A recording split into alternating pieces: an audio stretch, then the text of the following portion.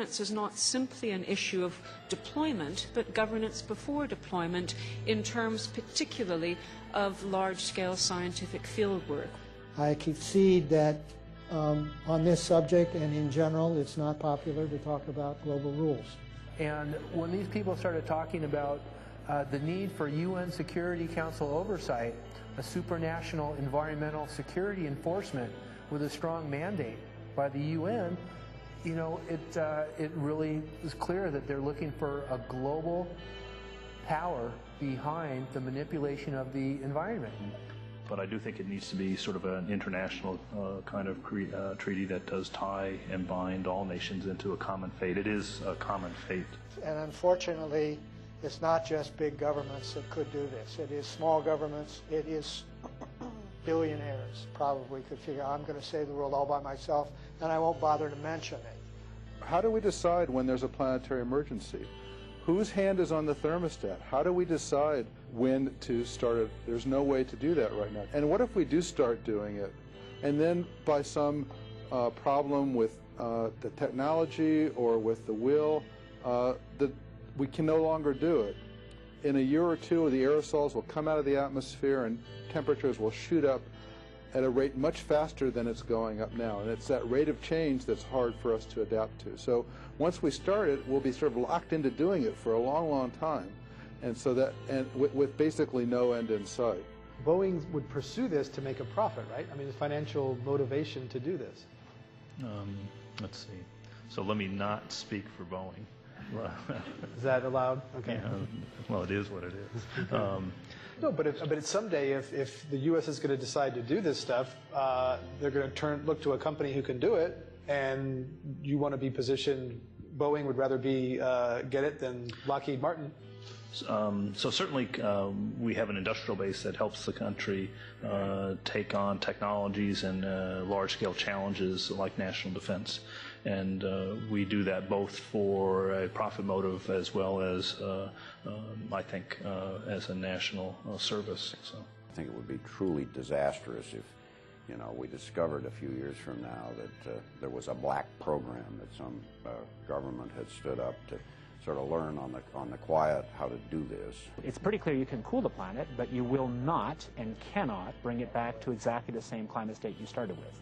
So you may or may not, and I expect we'll have a lot of back and forth about how useful it is to ameliorate the risks of climate change. I think there's a good evidence it probably is useful, but we don't know. But it certainly can't get you back to exactly the climate you started with. I think everybody agrees with that. Do you think you'll see deployment in our lifetime? Let me say I hope not. Al? I would agree. I hope not. Yeah. I hope not. Okay. I see this as something like an evacuation plan. You know, that you build big dikes. Maybe that's the emissions reduction to try to keep the flood from wiping you out. But that if that flood should come, that you'd like a plan for what to do in the event of that catastrophe. So I see these options more as a catastrophic response option and not as a way to reduce risk of everyday climate change. You would advocate mitigating consumption of beef as a means of accomplishing your objective? Yes. How would you suggest going about that? You can't.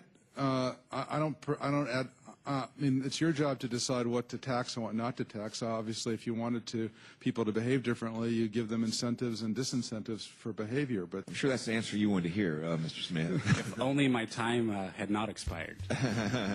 Thank you, Mr. Chairman. Because there's literally aluminum and barium contamination found around the world, believed to be from these programs.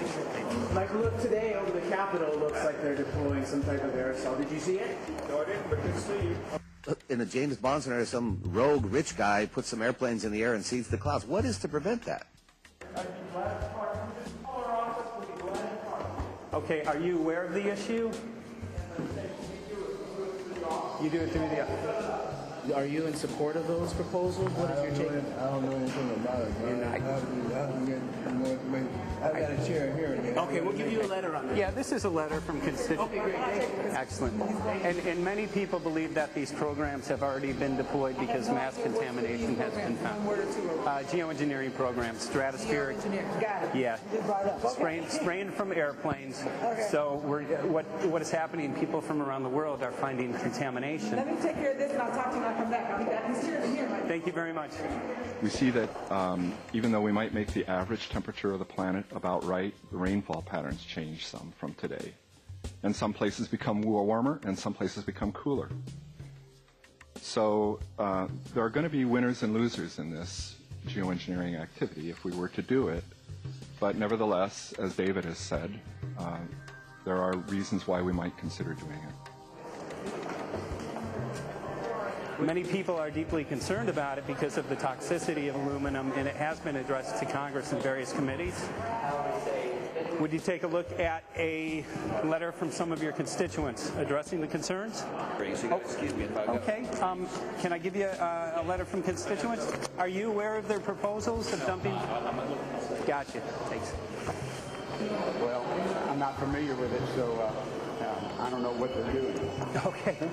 Well, geoengineers are proposing just that, dumping aluminum and barium into the atmosphere. Why would they do that? Aluminum's a precious metal we can use. Well, the stated goal is to actually cool the planet. However, there's a... Sounds strange. Right, exactly. So they're proposing dumping these metals into the air to block the sun, essentially. We're here to just find out what members of Congress are I hope aware. we'd have a strong hearing on that before we decide to do I would hope so. And there's plenty of evidence that not only suggests that these programs have been deployed, because we're finding contamination of aluminum and barium on the rain, snow, and soil. Okay, thank you. Thank you. LA County has seen 200% increase of Alzheimer's over the last decade. Tons of ground and water samples showing high levels of aluminum all around our state. Why don't you give me all the information you have? I have some very good people I will assign it to. And if you get it to Mr. Lavelle, we will He's get got it my to card the and right... send me an email and Yeah. we'll take a look Okay. at it. We'll be in touch. We are Okay. investigating this, and there's literally a mountain of evidence that suggests that these Okay, programs are move doing that it. mountain over to us. You Let got us it. take a look at it. And look up, Thank keep you. looking up into the sky and you'll see some of it too. Oh, okay. You will. You can All see right. the aerosols being sprayed out of airplanes quite a bit. Okay. So thank you. Yeah, the future of humanity is definitely dependent on it. So we're counting on people like yourself to take some proactive steps. So thank you very much, guys. You're very welcome. Appreciate Thank it. you. Thank you. Right.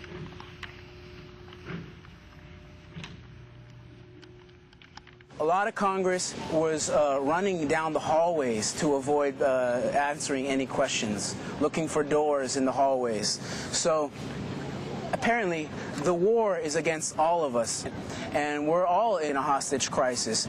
People who took an oath to uphold and defend the Constitution are not only know this is happening, are participating in this. And all of us have a duty to stand up and speak out about it.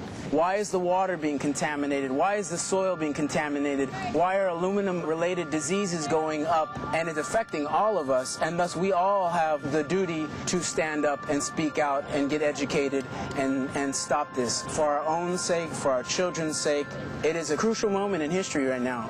As human beings, we need to decide whether to live on our knees while being sprayed and poisoned every day, while being under a continual threat, or whether we are going to stand up and live as free human beings and seek truth, justice, peace, and freedom for all of God's children.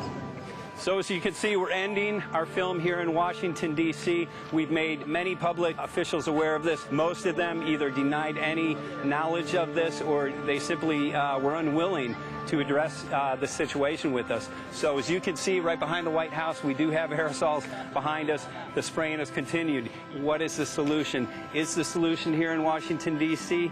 Clearly, this is one of the solutions, but the solution is not only here, the solution is within you. This issue affects all of us so deeply. So you need to look inside. Please get active, get involved, start spreading the word with growing awareness. About 90% of the population, we believe, is unaware of this issue, which means 90% of the people who normally might do something if they knew are not doing anything because they are unaware. So please look into your heart, use whatever skill you have to get the word out.